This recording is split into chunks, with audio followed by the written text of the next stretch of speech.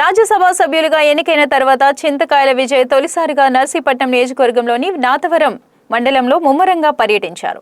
ఈ పర్యటనకు కూటమి శ్రేణులు అపూర్వ స్వాగతం పలికారు. పర్యటనకు ముందు నర్సీపట్నంలోని శ్రీ బాల వినాయక స్వామి మరిటి తల్లి ఆలయాల్లో ప్రత్యేక పూజలు నిర్వహించిన ఎంపీ విజయ్ ప్రజల శ్రేయస్సు కోసం ప్రార్థించారు.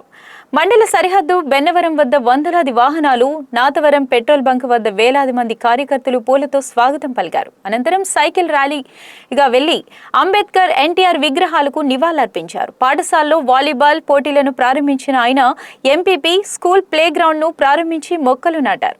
గడప గడపకు కార్యక్రమంలో భాగంగా బీసీ కాలనీలో ప్రజల సమస్యలు తెలుసుకున్నారు. అనంతరం సభలో ప్రసంగిస్తూ గత 2 ఏళ్లలో నియోజకవర్గ అభివృద్ధి కోసం 532 కోట్ల సంక్షేమానికి అనంతరం సభలో ప్రసంగిస్తూ గత 2 ఏళ్లలో నియోజకవర్గ అభివృద్ధి కోసం 532 కోట్లు, సంక్షేమానికి 568 కోట్లు వెచ్చించామని మొత్తం 1896 పనులు పూర్తయ్యాయని వెల్లడించారు.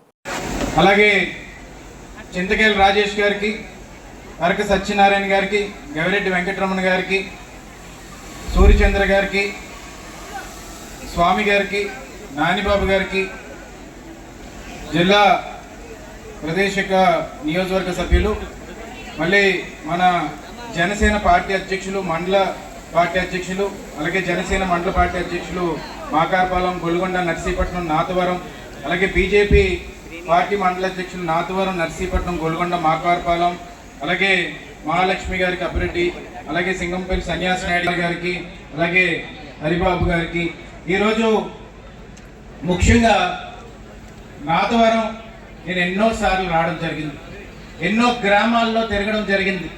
కానీ ఎప్పుడు కూడా నాకు ఎంత ఆదరణ అంటే, ఏ గ్రామంలోకి వెళ్ళినా కానీ మా తమ్ముడు, మా కొడుకు, మా మనవడు వచ్చాడు, ఇలాగే అందరూ కూడా వచ్చి ఎంతో ఆశీర్వదించేవారు. ఈరోజు నేను అక్కడి నుంచి వస్తున్నప్పుడు ఈరోజు ఎంతో ఆనందంగా ఉంది. ఎందుకంటే నాకు రాజ్యసభ సభ్యుడిగా చంద్రబాబు నాయుడు గారు, నారా లోకేష్ గారు నాకు ఆశీర్వదించారు. తర్వాత ఇంత ఆశీర్వాదం నా సొంత ఊర్లోని ఈరోజు ఇక్కడ పుట్టిన గడ్డ మీద వచ్చినందుకు ఎంతో ఆనందంగా ఉంది. మీ అందరికీ కూడా శిరస్సు వంచి నా హృదయపూర్వక కృతజ్ఞతలు, నమస్కారాలు తెలుపుకుంటున్నానండి. ఎందుకంటే ఎంత దేశం మొత్తం తిరిగినా, ఢిల్లీలో పార్లమెంట్లో మొన్నే ప్రమాణ స్వీకారం చేసి వచ్చిన వైస్ ప్రెసిడెంట్ గారు, మన ఉప రాష్ట్రపతి ముందు నాకు ప్రమాణ స్వీకారం చేసిన అవకాశం ఇచ్చి ఈరోజు ఈ నర్సీపట్నం నియోజకవర్గంలో పుట్టినందుకు చాలా గర్వంగా నేను భావిస్తాను.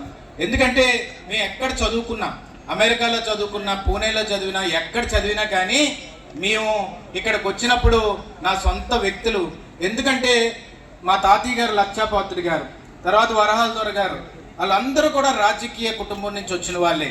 ఎంతో సేవ చేశారు. ఏ రోజు కూడా ఒక్క మచ్చ అనేది లేకుండా, ఒక అవినీతి మచ్చ అనేది లేకుండా రాజకీయంగా ముందుకెళ్ళను. ఇన్ని సంవత్సరాల్లో మీరు ఎక్కడా కూడా ఒక కుటుంబాన్ని అలా చూడరు. దాని తర్వాత మనం చూస్తే అయ్యన్న పాత్రుడు గారు 40 సంవత్సరాలు వచ్చి రాజకీయాల్లో ఉండి ఇన్ని పదవులు చేశాక కూడా అయ్యన్న పాత్రుడు గారు దమ్మున్న నాయకుడు రా అని చెప్పి రాష్ట్రం మొత్తం అనుకుంటారంటే ఆయన ఎంత నిబద్ధతతో, ఎంత నిజాయితీతో, ఎంత ఉన్నత స్థానాలతో, ఎంత మోరల్ వాల్యూస్ తోటి ఈరోజు నర్సీపట్నం నియోజకవర్గం గురించి ముందుకు తీసుకెళ్ళిన దమ్మున్న నాయకుడు అయ్యన్న పాత్రుడు గారు. అలాంటి వ్యక్తికి కొడుకుగా పుట్టడం నా ఏ జన్మలో చేసుకున్న అదృష్టం అని చెప్పి ఈ సందర్భంగా మీకు సవినీయంగా మనం చేసుకుంటున్నాను. ఈరోజు ఎందుకంటే నేను మాట అంటున్నాను, ఆయనకి కొడుకుగా పుట్టడం వల్ల నేను ఈరోజు సేవ చేసే అవకాశం నాకు దక్కింది. ఈరోజు ఈ ప్రాంతంలో 2008 నుంచి కూడా ఎన్ని ఎలక్షన్లు ఉన్నా కానీ, ఎన్ని కష్టాలున్నా కానీ, ఎప్పటికైనా ఏదన్నా జరుగుతున్నా కానీ ఎక్కడికైనా రమ్మంటే వచ్చి నేను కూడా ఇన్వాల్వ్ అవుతుండేవాడిని. ఆ రోజు ప్రతి రోజు చూస్తున్నారు. కానీ ఈరోజు మీ ఆప్యాయత చూస్తుంటే ఇంకా ఏం చేసినా కూడా అవసరం లేదు. ఎందుకంటే ప్రతి ఒక్కరు మనస్ఫూర్తిగా నా ఇంట్లో బిడ్డకి ఈ పదవి వచ్చిందని చెప్పి మీ అందరూ ఆలోచించడం అనేది ఎంతో సంతోషంగా భావిస్తున్నాను. ఎందుకంటే ఇది భోజన సమయం అయినా కూడా మీరందరూ కూడా వేచి ఉండి మాటలు వినాలి, ఆశీర్వదించాలి. పెద్ద మనసుతో వచ్చినందుకు అందరికీ పేరు పేరున శిరస్సు వంచి నా హృదయపూర్వక కృతజ్ఞతలు, నమస్కారాలు తెలుపుకుంటున్నాను.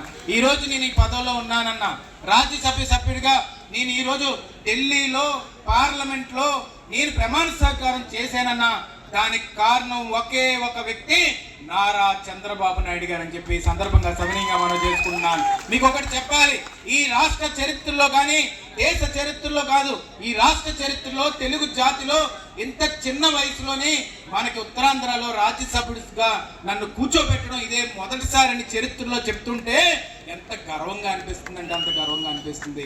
ఈరోజు ఎందుకు అది వచ్చింది, ఎందుకు ఇది ఇచ్చారు అని అంటే, ఎన్ని కష్టాలు పెట్టినా, ఎన్ని ఒత్తిళ్లు పెట్టినా, ఎన్నిసార్లు అరెస్ట్ చేయాలని ప్రయత్నించినా ఏ మాత్రం కూడా అవినీతి చేయలేదు కాబట్టే ఎవడన్నా మా ముందుకు వచ్చి వేలెత్తి చూపెట్టడానికి భయపడేవారు. అందుకనే రాష్ట్ర 5 ఏళ్ళు ఎంత కష్టపడ్డామో, కార్యకర్తలు ఎంత కష్టపడ్డారో, ఇంట్లో ఏ కష్టం వచ్చినా కూడా కార్యకర్తలు మా ఇంటి పక్కన చిన్న చిన్న తుప్పల్లో పాములు ఉంటాయని కూడా తెలుసు వాళ్ళందరికీ. అయినా కూడా తుప్పల్లోంచి వచ్చి అమ్మ మేము ఉన్నాము, మీరు భయపడకండి అని చెప్పి మా అమ్మకి ధైర్యాన్ని ఇచ్చేవారే.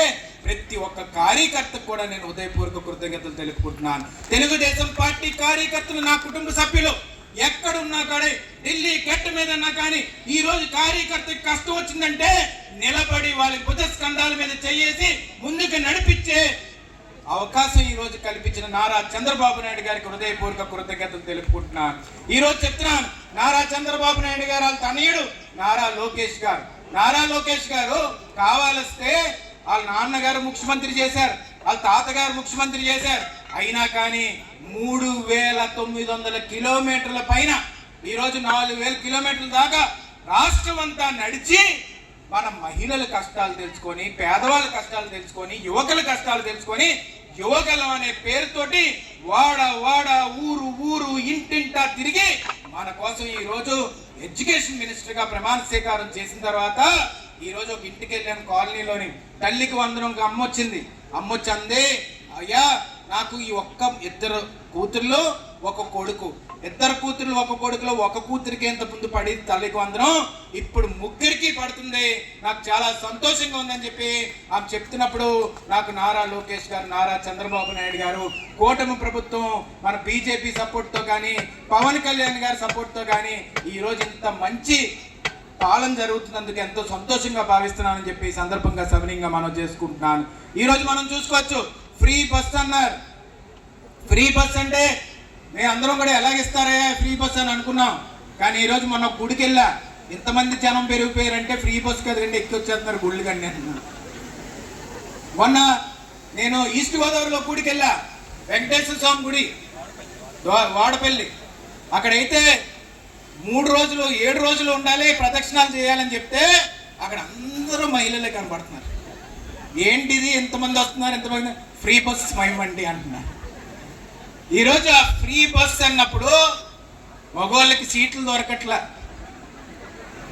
ఎందుకంటే మొట్టమొదట నందమూరి తారక రామారావు గారే ఈరోజు తెలుగుదేశం పార్టీ పెట్టినప్పుడు సుమారుగా రిజర్వేషన్ ఇచ్చి మహిళలకి ఉద్యోగాల్లో కానీ, రాజకీయాల్లో కానీ మహిళలకు అత్యంత ప్రాధాన్యత ఇచ్చింది మొట్టమొదట విశ్వవిఖ్యాత నట సార్వభౌముడు నటరత్న డాక్టర్ నందమూరి తారక రామారావు గారు అనేది మనం గుర్తుపెట్టుకోవాల్సిన అవసరం ఎంతైనా ఉంది. మన చంద్రబాబు నాయుడు గారు, నారా లోకేష్ గారు, పవన్ కళ్యాణ్ గారు, బీజేపీ కూటమి ప్రభుత్వం వచ్చిన తర్వాత, ఫ్రీ బస్ వచ్చిన తర్వాత ఆడవాళ్ళందరూ లోపలికి ఎక్కిన తర్వాత మగవాళ్ళ డామినేషన్ లేదు. ఇంకా సీట్ అడగడానికి కూడా భయపడుతున్నారు. కొన్ని వీడియోలు చూసాను, కొట్టేస్తున్నారు అంటున్నారు. కొన్ని వీడియోలు అప్పుడు లేచి బయటకు వెళ్ళి అంటున్నారు. ఏం చేయలేం. రేపు రానున్న రోజుల్లో 33% రాజకీయ రిజర్వేషన్ కానీ వచ్చాక ఎంత ప్రగతిలోని ఈ సమాజం ముందుకెళ్తుంది ఆడవాళ్ళ ద్వారా అనేది మన కళ్ళతో చూస్తామని చెప్పి ఈ సందర్భంగా సవినీయంగా మనం చేసుకుంటున్నాను. ఆ రిజర్వేషన్ బిల్లు కూడా రానున్న రోజుల్లో పార్లమెంట్లోకి వస్తే ఇక్కడ పుట్టిన మీ విజయ్గా నాకు ఓటేసే హక్కు ఈరోజు రాజ్యసభ సభ్యుడిగా వచ్చిందని చెప్పి ఈ సందర్భంగా సవినీయంగా మనం చేసుకుంటున్నాను. ఈరోజు మనం చూడొచ్చు, ఒకటే మీకు చెప్పాలి, తెలుగుదేశం పార్టీ భవిష్యత్తు బాగుంది, కార్యకర్తలు బాగుంది. ఈరోజు విజయ్ గారు రేపు సభ్యులు అయ్యారు అంటున్నారు. నేను ఒకటే చెప్తున్నాను, రానున్న రోజుల్లో ఎట్టి పరిస్థితుల్లో చెప్తున్నాను, నా తమ్ముడు రాజేష్ కానీ, నేను కానీ, ఎవరన్నా కానీ మీ అందరికీ సేవ చేయడానికి ఉంటాం తప్ప మీరు ఏం చెప్తే అది ఆర్డర్ ఇస్తే ఎట్టి పరిస్థితుల్లో చేస్తాం. ఎందుకంటే ఈ గడ్డే మాకు ఈ గౌరవం ఇచ్చిందని చెప్పి ఈ సందర్భంగా సవినీయంగా మనం చేసుకుంటున్నాను.